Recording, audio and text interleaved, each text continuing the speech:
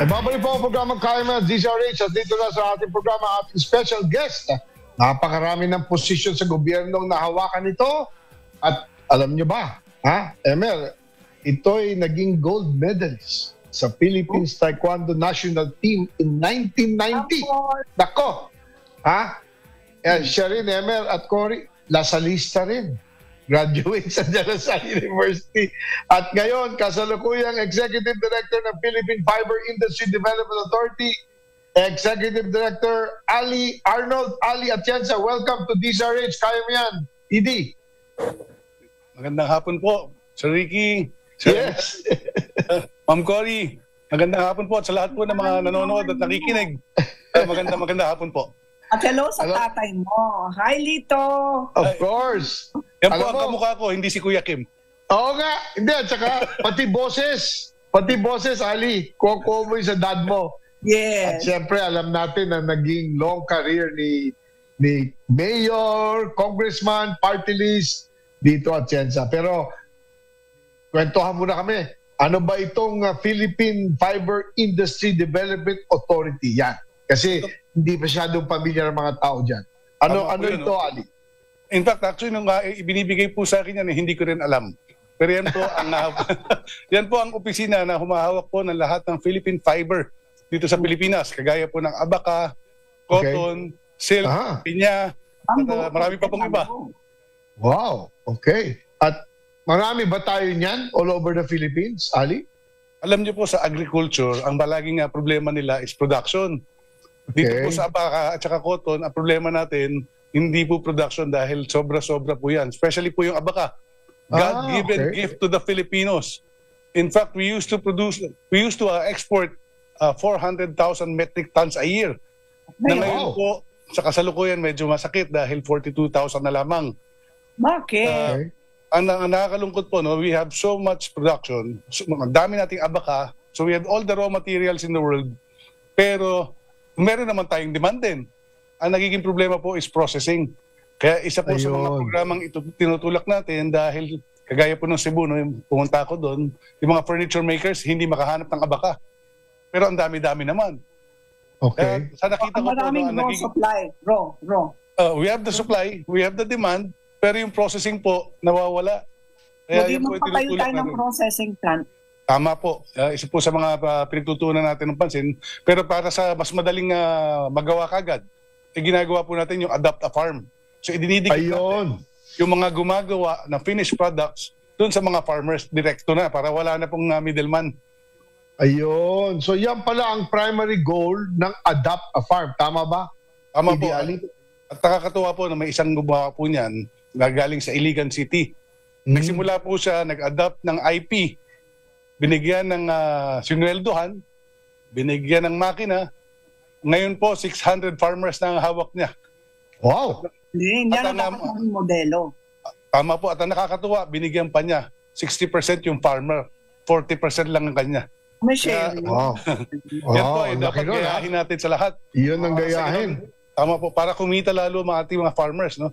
And isa sa mga tinutulak din po namin ay yung mga farmers matuto na gumawa ng mga value-added products.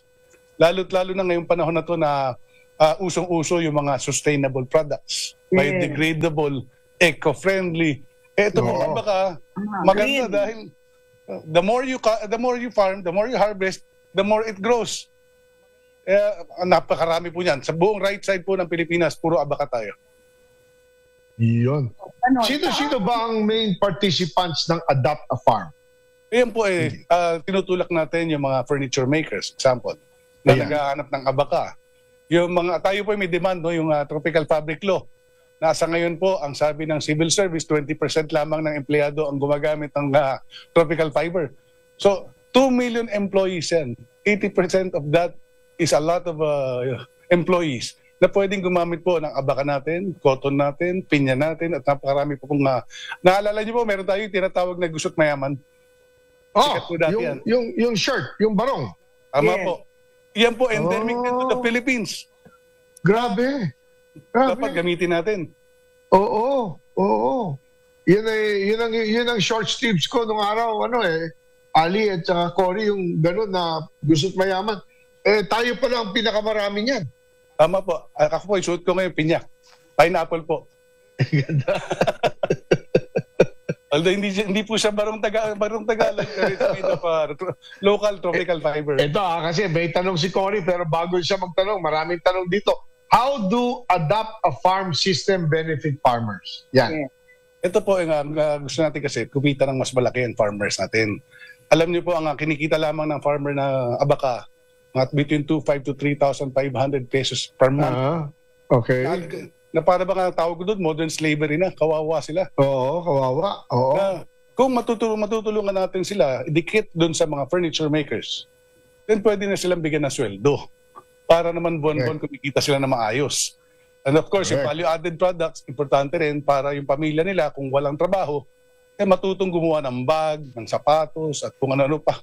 Napakarami pong pwedeng gawin. Of course, para sa fashion industry. Tama po. In fact, by Friday, lalabas po ako sa isa Manila hotel.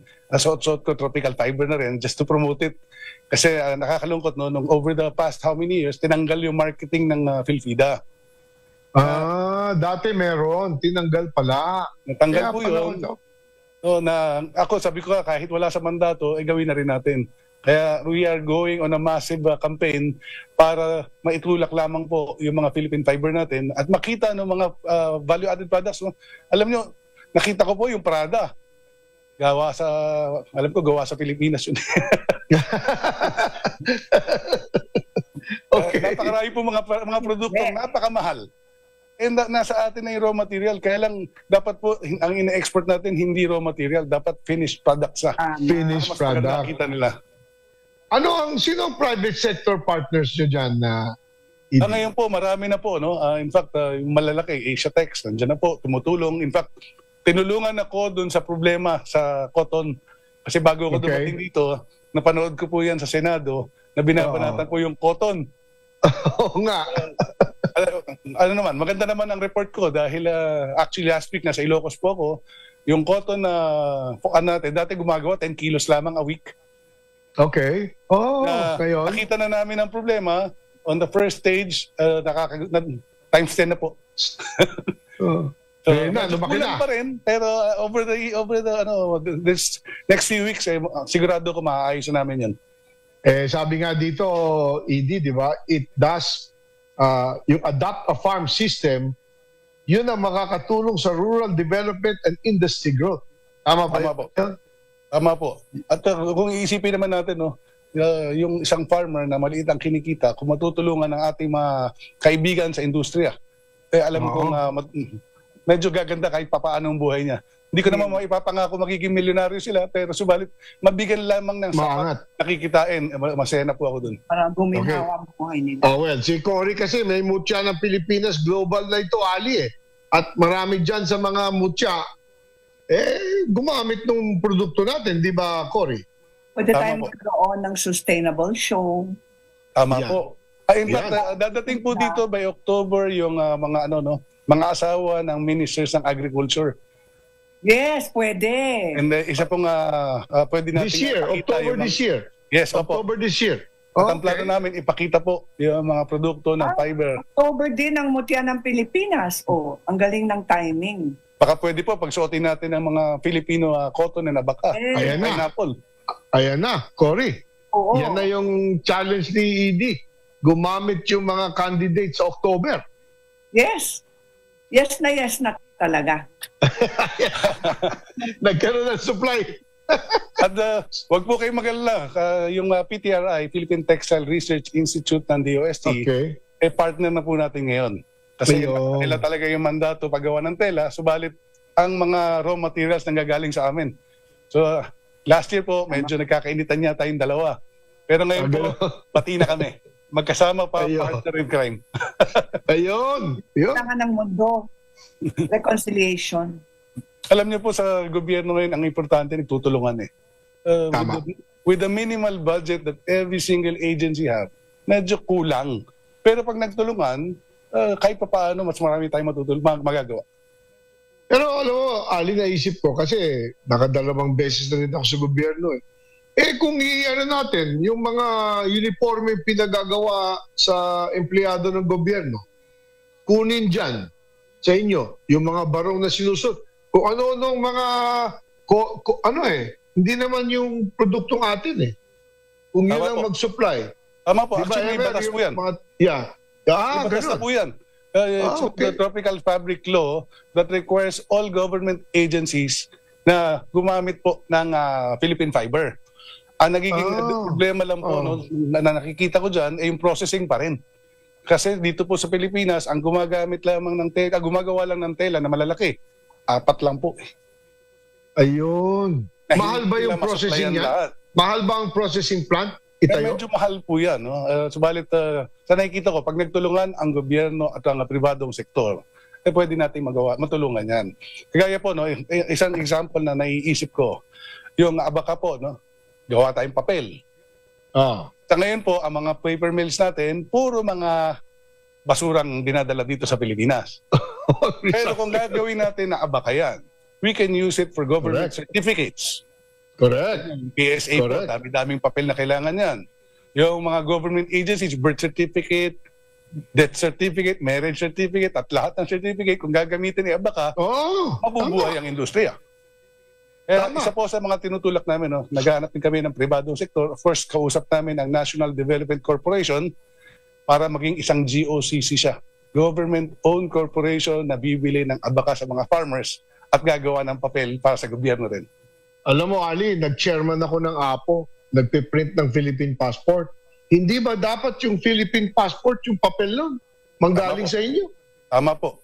Yan po ang mga tinutulak natin. At sana po magawa natin sa lalong madaling panahon.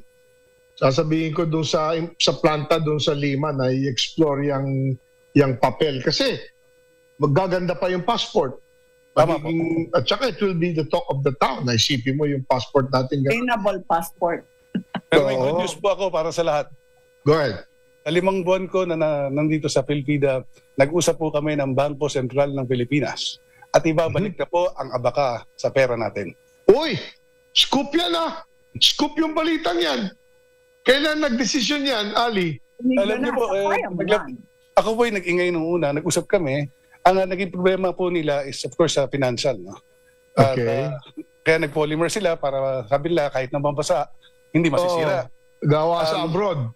Ang napag-usapan po namin, kung kayang i-liquefy ang abaka, iihalo nila sa polymer. Okay. Ang magandang storya po dyan, 10 years ago pa pala, mayroon ng technology sa PhilPida na kayang i-liquefy yung abaka. Aba! Wow! Kaya ito po, nag-uusap yung mga technical namin para sa lalong madaling panahon, mailigay ang abaka muli sa pera natin. Uy, ano yan Milestone yan under your watch. At saka kay Pangulong BBM na ibalik yung abaka sa pera ng Pilipinas. Kasi ngayon, gawa sa abroad Nakakatuwa naman po sa Bangko Sentral kasi nagpe-print din sila. Meron pa po na mga locally printed na pera. Okay. Sabi, na hanggang ngayon, okay. wag munang tumigil until such time na may transfer namin yung technology sa kanila at may halo na sa lahat po. Hindi lamang doon sa mga lumang pera, pati bago na. Okay. Anong nangyari sa bigas? Ricky, ano po nangyari sa bigas? Hindi po ako taga doon. Maling information. So, bangko. Pinontohan po ng Pangulong Bongbong Marcos yan para 20 pesos. Yes. Hindi kasi may kaklase kami, pinopost namin yung poster, nakita ng kaklase namin yung picture mo at saka yung corporation. Sabi niya, "Oy, yan yung sa 20 pesos na bigas." Sabi ko, mali. Hindi dyan. Dito yung fiber, Philippine fiber. Anyway, alam actually, namin... alam din po naman akong konti dyan kasi ako rin po parte ng board ng Food Terminal Incorporated. Ayun! So, dalawa po ang posisyon na ginahawakan ko ngayon. Okay. Yun yung FTI? Opo. Oh, okay. Di ba sa may dati, sa may Paranaque? Pero, tama po. Sino may hawak kayo ng importation ng bigas ng Pilipinas? Hindi po kami yun. Wala Hindi. pa po. In fact, yun ang pinag-uusapan ngayon po sa food terminal na mag-import ng bigas. Using food terminal kasi mas mabilis po kung sa FTI dahil ang galaw niya ay Oo. government-owned corporation, parang privado. Ang chairman mo dun? Sino ba ang head ng FTI? Ang presidente po ay si Joseph Lo at ang chairman Okay. ng board is Chairman Mac. Dati pong judge. Okay. Okay. So ang proposal dalhin doon ng importation sa Tama FTI. Na-propose na yan sa Malacanang? Na-propose na po Okay. para matulungan lamang po ang mga mahihirap nating kababayan. Bigas. Very good. Okay. And it's happening now. Sa Visayas, sa Western Visayas, nakakaroon na. Hopefully, mag-expand pa yan, Ali.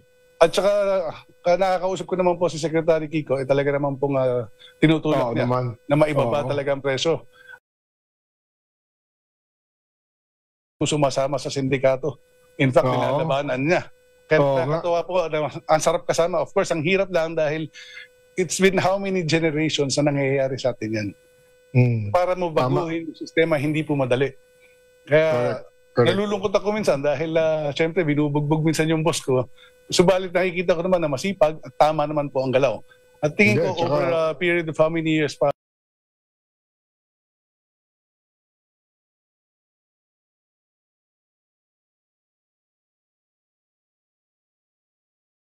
Idi Ali at Atienza, alam namin very busy ka. Nasa iyo opportunity na magpayag at magbigay ng mensahe sa ating mga listeners both here and abroad at nanonood sa inyo. siguro po sa lahat ng yung mga gumagawa po ng value-added products na kinakailangan nila ng fiber. Whether pinya, cotton, abaka, saysal, salago at marami pa pong iba, sana po ay makipag-usap lamang kayo sa mga regional offices po. Yun naman po ang utos ko sa lahat. Una, magturo sa farmers ng value-added products. Number 2, kung may pribadong sektor na gustong tumulong, tulungan po natin na mapakilala sila kagad. Kung hindi po sa mga farmers directly, at least sa cooperative na makakatulong din sa kanila. Volunteer na kami dito, Executive Director Ali, dito sa programa namin ni Colin Emer. Gamitin mo na ito para mag-reach out sa mga tao para ma-promote ang mga produkto na dapat lang matulungan. Maraming salamat po. At kami mag-volunteer dyan. Yung mga nakatagong hero, yung mga totoong tumutulong sa farmers. Ayan. Para sige. naman na mayroong gumaya.